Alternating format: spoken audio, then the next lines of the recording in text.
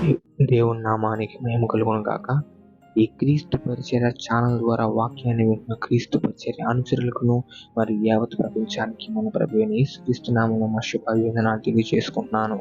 అయితే ఈ దిన ధ్యానం మరియు వాగ్దానంలోకి వెళ్ళే ముందు నిన్న మనం ఏర్పాటు చేసిన లైవ్ కార్యక్రమానికి అందరు చాలా బాగా సహకరించారు. అందరూ వచ్చి వాళ్ళ అవసరతలను వాళ్ళ ప్రేయర్ రిక్వెస్ట్ను మా ముందు ఉంచినప్పుడు మేము వాళ్ళ అవసరతలను బట్టి ప్రార్థించి ప్రభు పాదాల దగ్గర వాళ్ళ అవసరతలు పెట్టడం జరిగింది. ప్రభువు ఖచ్చితంగా వాళ్ళకి అవసరతలను తీరుస్తాడు. ఆ ఒక నమ్మకంతో మనం ముందుకు సాగిపోవాలని కోరుకుంటూ అంతా కూడా దేవుని దారిలో నడుస్తూ దేవుని మాటలు వింటూ దేవుని చిత్తాన్ని బట్టి నడుచుకోవాలని కోరుకుంటూ ఈ దిన ధ్యానంలోకి వెళ్దాం. కీర్తన గ్రంథము 119వ అధ్యాయము 11వ వచనం. కీర్తన గ్రంథము 119వ అధ్యాయము 11వ వచనం. నీ ఎదుట నేను పాపం చేయకుండానట్లు నా హృదయములో నీ వాక్యం ఉంచుకొని ఉన్నాను. ఈ అంశం గురించి మీకు చెప్పాలి. అయితే ఈరోజు అంశం ఏంటంటే దేవునికి వ్యతిరేకమైన పనులు నువ్వు చేయకుండా ఉండలేకపోతున్నావా? ఏ విషయాల్లో మనకు దేవుడు తోడుగా ఉంటాడు, ఏ విషయాల్లో మనకు దేవుడు తోడుగా ఉండడు అనేది కనుక మనకు తెలిసినట్లయితే ఈ యొక్క క్వశ్చన్కి ఆన్సర్ మనకు దొరుకుతుంది. ఈ యొక్క ప్రశ్నకి సమాధానం అనేది మనకు దొరుకుతుంది. మనకు అన్ని వేళలా దేవుడు సహాయుడే ఉంటాడు. మనకు ఏ కష్టం వచ్చినా ఏ నష్టం వచ్చినా తీర్చే దేవుడు మన దేవుడు. అయితే కొంతమంది అడిగే ప్రశ్న ఏంటంటే దేవుడికి అన్నీ తెలుసు కదా, మా జీవితం గురించి మొత్తం తెలుసు కదా, అప్పుడు ఆయన మేము పాపం చేయకుండా ఆపేయచ్చు కదా అని అంటారు. మనం స్వేచ్ఛా జీవులం, మానవులం. మనకు స్వేచ్ఛ దేవుడు అనుగ్రహించాడు. ఆల్రెడీ మన ఛానల్లో కూడా ఈ దేవుడు నీకు ఇచ్చిన స్వేచ్ఛను ఎలా ఉపయోగించుకుంటామని ఒక వీడియో కూడా ఉంది. అయితే మనం స్వేచ్ఛా జీవులం కాబట్టి దేవుడు మన నిర్ణయాన్ని కొన్ని వదిలిపెడతాడు. ఆయనకి వ్యతిరేకమైన పనులను మనం చేస్తున్నామా లేదా అని గమనిస్తూ ఉంటాడు. అది ఎలా గ్రహించాలి అంటే, పాపాన్ని నీవు చూసినప్పుడు, పాపాన్ని నీవు చేయాలి అని నీ మనసులో అనిపించినప్పుడు నీవు క్రైస్తవ జీవితంలో నెగ్గిన వాడు అయితే నీకు గద్దింపు హృదయం అని ఒకటి ఉంటుంది. నీవు ఎప్పుడైతే పాపం చేయాలనుకుంటావో, నీవు ఎప్పుడైతే ఆ పాపపు ఊబిలో కూరుకుపోవాలని అనుకుంటావో అప్పుడు ఆ గద్దింపు హృదయం నిన్ను గద్దిస్తూ ఉంటుంది. నువ్వు చేసేది పాపం అని నీకు చెప్తూ ఉంటుంది. సంసోను దేవుడు ఆశీర్వాదం ఆయనకి అనుగ్రహించాడు. ఆయన్ని తీసుకెళ్ళి చిత్రహింసలు పెట్టారు. ఎందుకంటే ఆయన కొన్ని పాపాలని దేవుడి దగ్గర ఒప్పుకోలేకపోయాడు. ఆశీర్వాదం ఆయన మీద నుంచి వెళ్ళిపోయింది. చివరికి ఆయన చివరి గడియల్లో ఆయన శక్తి తిరిగి పొందుకున్నాడు. దేవుని ఆశీర్వాదం ఆయన మీదకి రావడం మొదలుపెట్టింది. అయితే చివరికి నాకు ఒక శక్తి నాకు తిరిగి దయచేదేవా అని చెప్పి దేవుణ్ణి కోరుకున్నప్పుడు దేవుడు ఆయన శక్తిని తిరిగి ఆయన ఒక ఆశీర్వాదాన్ని సంసోనుకు అనుగ్రహించాడు. ఆయన అదృష్టవశాత్తు మనం గ్రహించాల్సిన విషయం ఏంటంటే, విశ్వాసుల పట్టిలో సంసోను పేరుంది. పరిశుద్ధ గ్రంథంలోంచి సంసోను పేరు కొట్టివేయబడలేదు. ఎందుకంటే సంసోను తను చేసిన పాపాలని చివరి గడియల్లో ఒప్పుకున్నాడు కాబట్టి. సంసోను తను చేసిన పాపాలని చివరి నిమిషాల్లో ఒప్పుకున్నాడు కాబట్టి ప్రభు పాదాల దగ్గర తన పాపాలన్నింటిని ఉంచి కడగబడ్డాడు కాబట్టి దేవుని యొక్క ఆశీర్వాదం సంసోను మీదకి రాగలిగింది. అలాగనే మన జీవితం కూడా మనం ఏ అయితే పాపపు ఊబిలో కూరుకుపోయినామో ఆ జీవితంలోంచి పైకి లేచి దేవుని పాదాల దగ్గర కనుక మనం కన్నీటి ప్రార్థనతో మన పాపాలను విడవగలిగితే దేవుని యొక్క ఆశీర్వాదం మనల్ని విడిచిపెట్టిపోదు. దేవుని యొక్క ఆశీర్వాదం మనల్ని ఏ సందర్భాల్లో విడిచిపెట్టిపోతుందంటే, ఇది పాపం అని తెలిసి కూడా మనం ఎప్పుడైతే చేస్తామో అప్పుడు మనల్ని దేవుని యొక్క ఆశీర్వాదం విడిచిపెట్టి వెళ్ళిపోతుంది. దీన్ని అతిక్రమం అంటారు. అతిక్రమం అంటే ఏంటంటే, ఒక గీత గీస్తున్నారనుకోండి, ఆ గీతను దాటకూడదు అని చెప్పి ఒక బోర్డు లాంటిది పెట్టారనుకోండి. అయినప్పటికీ మీరు ఆ ఒక గీతను వెళ్ళి దాటి అని చూడండి అని అంటే దీన్నే అతిక్రమం అంటారు. ఎప్పుడైతే ఈ అతిక్రమపు పనులు మనం చేస్తామో దేవునికి మనం హేయులుగా మారతాం. ఎందుకంటే క్రైస్తవ జీవితం ఎలాగ జీవించాలో క్రైస్తవులకి నాకు తెలిసి మొత్తం తెలిసుంటుంది. ఎందుకంటే వాళ్ళు దినదినం బైబిల్ ధ్యానించాలని వాళ్ళకి తెలుసు. కానీ కొన్ని కుటుంబాలు ధ్యానించరు. వారం వారం ఆలయానికి వెళ్ళాలని తెలుసు. కానీ ఏవేవో పనుల్లో పడి దేవుణ్ణి మర్చిపోతూ ఉంటారు. దేవునికి ప్రథమ స్థానం ఇవ్వాలి అనేది కూడా మన ఛానల్లో ఒక వీడియో ఉంది. దాని మీద మనం పాపపు ఊబి నుండి బయటికి ఎలా పడాలి, ఆయన మనకు ఎలా సహాయం చేస్తాడంటే ప్రార్థనా జీవితం ద్వారా ఆయనకి మన పాపాలను మనం తెలియజేస్తాడు. అది మనకు తెలిసినప్పటికి కూడా మనం తెలిసి పాపం చేసామంటే దాన్ని అతిక్రమం అంటారు. నీవు నీ కళ్ళెదురుగా పాపం ఉన్నప్పుడు ఇది పాపం నేను చేయకూడదు అని నీవు అనుకున్నావంటే నీకు గద్దింపు హృదయం ఉన్నట్లు లెక్క. నీకు గద్దింపు హృదయం ఎలాగొనొస్తుందంటే ప్రభువుతో నీవు సంభాషణ కలిగి ఉన్నప్పుడు నీకు గద్దింపు హృదయం దేవుడు అనుగ్రహించబడతాడు. ఆ గద్దింపు హృదయం ఉంటే పాపాన్ని చూస్తే నువ్వు అసహించుకుంటావు. పాపపు మాటలు వింటే నువ్వు అక్కడి నుంచి దూరంగా పారిపోతావు.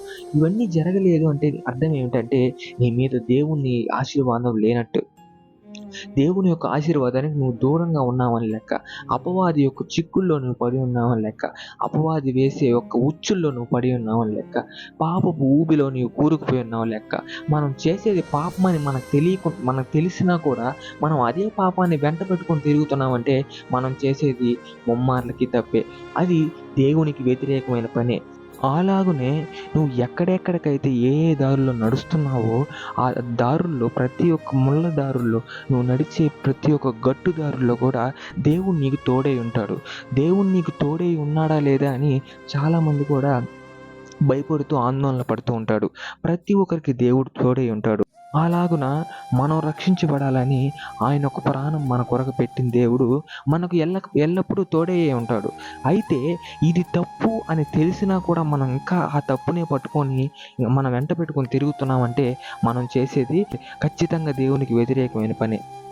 అయితే సంసోను లాగున పాపం చేసినప్పటికీ దేవునిలో ఉండి పాపం చేసినప్పటికీ చివరి క్షణాల్లో దేవుణ్ణి ఎలాగైనా సంసోను ప్రార్థించి నాకు నా శక్తిని తిరిగి దేవా అని అతను వేడుకున్నప్పుడు అప్పుడే తనకి దేవుని ఆశీర్వాదం వచ్చిందని అతను గ్రహించి ఆ ఫిలిస్తీయులకు ఒక 3 స్తంభాలని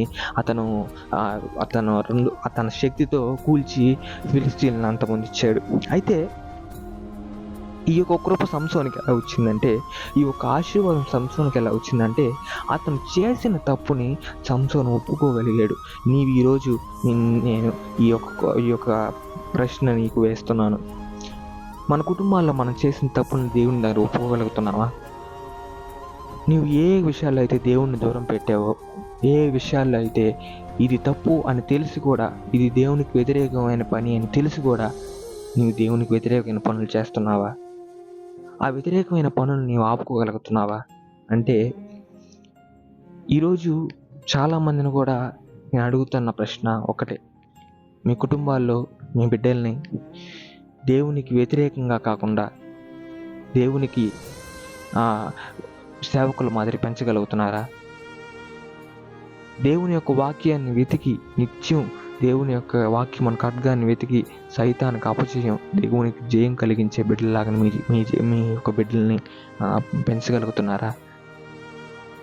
లోక కార్యాల వైపు మీ బిడ్డలను వదిలి పాపపు జీవితానికి మీ బిడ్డలను లోన్ చేస్తున్నారా? అయితే ఈ యొక్క రోజు ప్రభు పాదాల దగ్గర మీ జీవితాన్ని ఉంచండి. మీరు ఏదైతే ప్రభుకి వ్యతిరేకమైన పనులు చేస్తున్నారో ఆ వ్యతిరేకమైన పనులను మానడానికి ప్రభు ఒక సహాయాన్ని పొందండి. ప్రభువా నాకు ఈ శక్తిని అనుగ్రహించిన ఆయన అని చెప్పి ప్రభువుని అడగండి, ప్రభువుని వేడుకోండి. నీవు ఎప్పుడైతే మీరు ఒక ప్రభు శక్తి పొంది ప్రభు సహాయాన్ని పొంది మన ఒక పాపాలని పరిహారం చేసుకుంటాము, అప్పుడు మనకు గద్దింపు హృదయం అనుగ్రహించబడుతుంది. దేవుని యొక్క దారిలో మనం అందరం నడవడానికి దేవుడు మనకు శక్తిని అందిస్తాడు. దేవుని తోడు మనకందరికీ ఆ తోడుగా ఉంటుంది. అయితే నిత్యం ప్రార్థన ఒక జీవితంలో బలపడడానికి ప్రయత్నించండి. ప్రార్థన ఎక్కువ చేసుకుంటూ ఉండండి. ఎందుకంటే రానున్న గట్టు దినాల్లో ఈ యొక్క పరిశుద్ధ గ్రంథం మన చేతుల్లో ఉంటుందో లేదో కూడా తెలియని గట్టు దినాలు మనకు రాబోతున్నాయి. ఆ ఒక గట్టు దినాల్లో చివరి వరకు ఇది నిలబడాలంటే ఒక పరిశుద్ధ గ్రంథంలో మనం చదివిన వాక్యమే మన ఖడ్గంగా ఉండబోతుంది. ఆ ఖడ్గంతో మనం ఎన్నో శోధనల్ని, అపవాది యొక్క ఉచ్చుల్ని చీల్చుకుంటూ వెళ్ళి దేవుని యొక్క ఇచ్చే బహుమానం మనం పొందాలి. దేవుని యొక్క బహుమానం ఏంటో నిన్న ఒక శుక్రవారం మనం ఇచ్చిన వర్తమానంలో కూడా చెప్పుకోవడం జరిగింది. దేవుని ఇచ్చే బహుమానం నిత్య జీవం.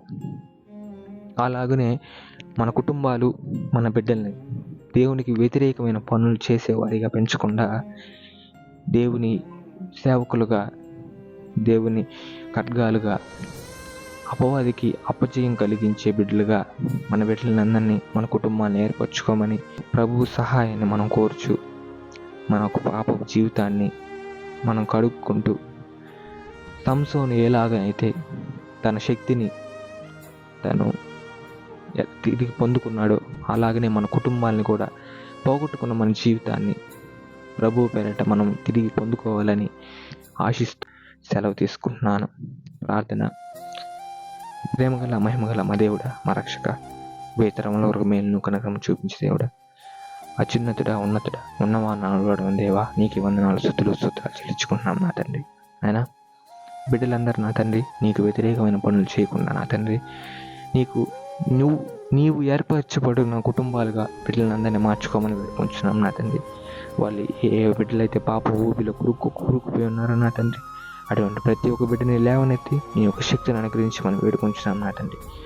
నా తండ్రి, నిన్న మేము పెట్టిన లైవ్ కార్యక్రమంలో ఏ ఒక్క కష్టాలని మాకు ప్రేయర్ రిక్వెస్ట్లుగా వాళ్ళు పెట్టారో అవన్నీ నీ పాద సన్నిధి దగ్గర మేము పెట్టి ఉన్నాం నా తండ్రి. ఆయన మా జీవితాలు మారుతాయని ఆశతో నలిగిపోయి ఉన్న హృదయాలు నా తండ్రి నీ యొక్క కృపతో, నీ యొక్క సహాయం మేము పొందుకుంటూ కడవరకు నీ యొక్క తోడుతో మేము నడవగలిగే బిడ్డలాగా మాకు ఒక విశ్వాసాన్ని, ధైర్యాన్ని అనుగ్రహించమని బిడ్డలందరూ నా తండ్రి వాళ్ళ కష్టాల్లోంచి, వాళ్ళ బాధల్లోంచి, ఇరుకులోంచి, బంధులోంచి, అపవాది వేసిన సంఖ్యల్లో తెంచుకొని నీ యొక్క కృపలో నీ దారిలో నడిచే బిడ్డలుగా ప్రతి ఒక్క కుటుంబాన్ని ఏర్పరచుకోమని నీ యొక్క సహాయాన్ని మాకు అందించమని ఈ క్రీస్తు పరిచర్య ఛానల్ని ఇంకా ఆశీర్వదించి మేము ముందుకు వెళ్ళలాగిన ప్రతి ఒక్క కుటుంబాన్ని ఆశీర్వదించమని మన ప్రభువైన యేసుక్రీస్తు నామములో అడిగి వేడుకొని పొందుకొంచున్నాం మా తండ్రి. ఆమేన్. ఈ క్రీస్తు పరిచర్య ఛానల్ అనుచరులకు చిన్న విజ్ఞప్తి. మీ యొక్క ప్రార్థన అవసరతలు ఏదన్నా ఉంటే మాకు దయచేసి తెలియజేయండి. కమెంట్ బాక్స్లో మీరు తెలియజేసిన యెడల మేము ప్రార్థన చేసి వాటికి జవాబులు ఇవ్వడం జరుగుతుంది. అయితే ఈ కమెంట్ బాక్స్లో అన్నా చేయండి, లేదంటే మనం ప్రతిరోజు దిన వాగ్దానంగా యూట్యూబ్లో పోస్ట్ చేసే ఆ పోస్ట్లో కూడా మా వాట్సాప్ నెంబర్ మెన్షన్ చేసింది. దాంట్లో కూడా దానికి కూడా మీరు వాట్సాప్ కాల్స్ కానీ మెసేజెస్ కానీ చేసి మీ యొక్క ప్రేయర్ రిక్వెస్ట్ని మాకు చెప్పొచ్చు. మా దగ్గర ప్రేయర్ చేయించుకోవచ్చు. మన ప్రభువైన యేసుక్రీస్తు కృప మీ అందరికీ తోడేండి, కాపాడి బలపరచును గాక. ఆమేన్.